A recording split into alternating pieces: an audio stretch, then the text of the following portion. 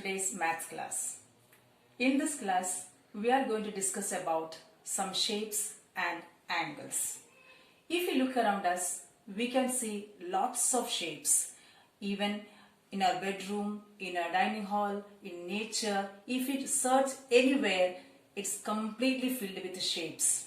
For example, if you remember the names of some shapes like rectangle, triangles, circles, there are lots of different shapes around us. And in this chapter, we'll be learning in detail about all these shapes. And we'll be learning how an angle will be formed and how angles will change the shapes also. Now, let's check an angle is formed. If we need an angle to be formed, we need two rays.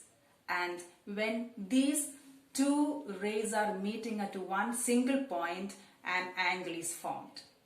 I repeat, when two rays are met at a point, an angle is formed at that point. And the common point where the rays are meeting is called vertex. And there are two rays making the angle. These two rays are called arms of this angle. And one more point about the angle. If you want to measure the angle, it will be measured in degrees. Can you suggest some examples of angles when you look around us?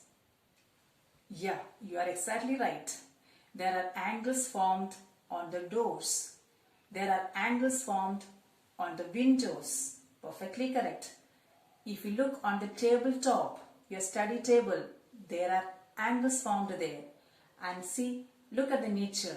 There are beautiful trees and the branches of the trees are also forming angles.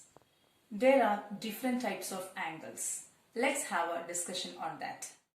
There are four types of angles to be discussed here in 5th standard. The first one is a right angle. A right angle means it's an angle which measures 90 degrees. So let's take the picture of the instrument by which you can measure an angle. It's called a protractor. You will be studying in detail about the protractor in the coming years. Let's take a look at the protractor and see how a 90-degree angle is formed. Here are some examples of right angles found around us. The second type of angle is acute angles. An angle which measures less than 90 degrees is called an acute angle. And you can see some examples of acute angles which are formed around us. The third type of angle is obtuse angle. An obtuse angle measures more than 90 degrees. And here are some examples of obtuse angles which can be found around us. And the fourth type of angle which we have to study is a straight angle. An angle which measures 180 degrees is called a straight angle. And let's find out some examples of straight angle also from the nature. There are four types of figures given here. First, second, third, fourth. Can you classify these figures as right angles, acute angle, obtuse angle and straight angle? Let's check the answers now. What is the answer for the first figure? Which type of an angle is that? Yes, it's an acute angle. What about the second picture? Exactly correct. It's a right angle. And what do you think about the third figure? It's a straight angle and the fourth one shows an obtuse angle. Well done. The next topic in this chapter is curves. There are mainly two types of curves. First one, open curves, and the second one, closed curves. Let's discuss about open curves first. Have you seen open curves anywhere? Okay, let's take some examples. If a curve starts from one single point and it completes and ends in another point, it's an example of an open curve. If you draw a semicircle, it's an example of an open curve. If you draw a shape L, it's an example for an open curve. Can you suggest some more examples of open curves? Now, let's discuss about closed curves. What can be closed curves? Closed curves means if a curve starts from one point and ends in the same point, it's called a closed curve. Let's take another example. If you draw a rectangle, it starts from one point and ends in the same point. It's also an example of a closed curve. You have examples like triangle. We have many other examples for closed curves. The next type of curve is simple closed curve. What can be the meaning of simple closed curves? A closed curve is said to be simple if it does not close itself. What's the meaning of closing itself? If you take an example, the number 8. The number 8 starts from one single point. It crosses itself and reaches the same point. It's an example for a closed curve, but it crosses itself.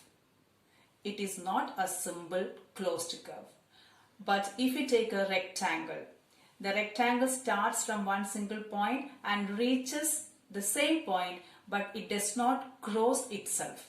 So it's an example for a simple closed curve. Can you write some more examples for simple closed curves in your notebook? The next topic to be discussed is polygons. A figure is said to be a polygon if it is a simple closed figure made up of only line segments. What do you mean by that? Let's take some examples. Can a triangle be a polygon? Yes, it can be. What's the reason? Because it is a simple closed figure and the sides are made of line segments. Let's take another example of a circle. Can a circle be a polygon? No, it's not a polygon. What can be the reason? Because it's a closed figure, but the sides are not made up of line segments. So, circle is not an example of a polygon. What about a rectangle? Yes, rectangle is an example of a polygon because it's a simple closed figure made up of line segments. Let's learn some more polygons. The triangle is the least sided polygon. A polygon with 4 sides is a quadrilateral.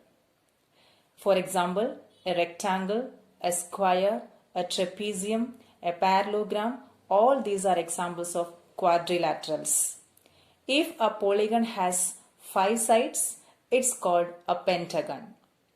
A 6-sided polygon is called a hexagon. A polygon with 7 sides is called a heptagon. An 8-sided polygon is an octagon. A 9-sided polygon is a nonagon. And a 10-sided polygon is a decagon. Hope you have understood the topics discussed in today's class. We'll be back with another topic. Thank you.